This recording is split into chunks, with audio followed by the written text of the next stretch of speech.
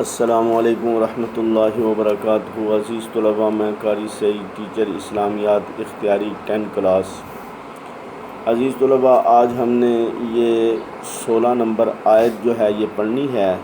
وَمَن يَقْتُلْ مُؤْمِنًا مُتَعَمِّدًا فَجَزَاؤُهُ جَهَنَّمَ خَالِدًا فِيهَا وَغَضِبَ اللَّهُ عَلَيْهِ وَلَعَنَهُ وَأَعَدَّ لَهُ عَذَابًا عَظِيمًا۔ وَمَن يَقْتُلْ مُؤْمِنًا، جس شخص نے کسی مومن کو قتل کیا متعمدًا جان بوجھ کر، فجزاؤہ پس اس کی سزا جو ہے جہنم ہے، ہمیشہ رہے گا اس میں، اور اللہ کا غصہ ہوگا اس پر اور اس کی لعنت ہوگی۔ وعد لہ عذابًا عظیما، اور اس کے لیے تیار کر رکھا ہے اللہ نے بہت بڑا عذاب۔ تو عزیز طلباء، یہ لفظی ترجمہ تھا، اب آپ محاورہ ترجمہ یہ دیکھیں۔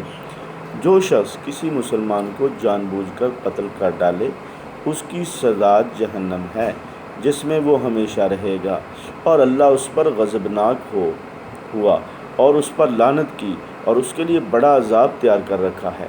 عزیز طلباء، یہ 16 نمبر آیت ہے، اور اس کے مشکل الفاظ یہ دیکھیں۔ متعمدًا قصداً جان بوجھ کر، جزا بدلہ سزا، خالداً ہمیشہ رہنے والا، عدہ تیار کیا۔ عزیز طلباء، اس کی تشریح بھی دیکھیں۔ تشریح کا پہلا حصہ یہ ہے، اس آیت میں قتل عمد کی سزا بیان کی گئی ہے۔ قتل عمد کہتے ہیں جان بوجھ کر قصداً قتل کرنا۔ یہ وہی سزا ہے جو قرآن نے کافروں کے لیے بتائی ہے۔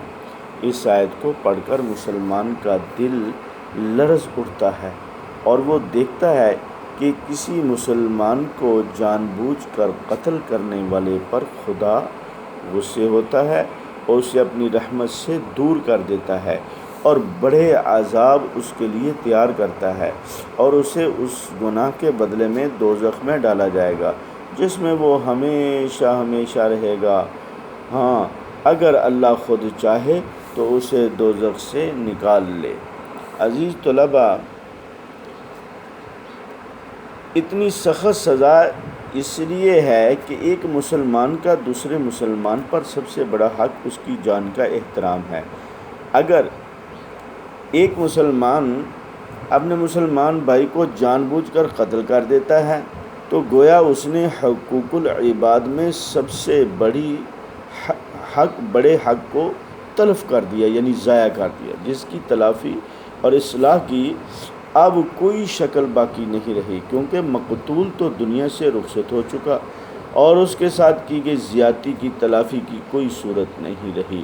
اس لیے ایسے قاتل کے لیے خوفناک اور دردناک عذاب ہے۔ اسلام میں انسان خون کی بڑی اہمیت ہے، انسانی خون کی۔ ایک آیت میں یہ بھی فرمایا گیا کہ اگر کسی مسلمان شخص نے کسی مسلمان کو قتل کیا تو بغیر اس نے کسی کو قتل کیا، بغیر اس نے کسی کو قتل کیا یا ملک میں فساد برپا کیا ہو، تو گویا کہ اس نے تمام انسانوں کو قتل کر ڈالا۔ اسلام کا سب سے بڑا مشن پرامن معاشرے کا قیام ہے، جس میں قوت، مساوات، عدل و انصاف کا دورہ ہو، ایک ہی نظریے کے ماننے والے، ایک خدا اور ایک رسول کتاب پر ایمان رکھنے والے اگر ایک دوسرے کے خون سے ہاتھ رنگنے لگیں تو اس سے بڑھ کر اسلام کا اور کیا نقصان پہنچایا جا سکتا ہے۔ تو عزیز طلباء، یہ 16 نمبر آیت کی ہم نے آیت کا ترجمہ بھی پڑھا، الفاظ معنی بھی اور تشریح بھی آج مکمل ہوئی یہاں تک۔ اس کو یاد کیجئے اور لکھیں۔ آج کا یہ لیکچر ختم ہوا۔ اللہ حافظ۔ السلام علیکم ورحمۃ اللہ وبرکاتہ۔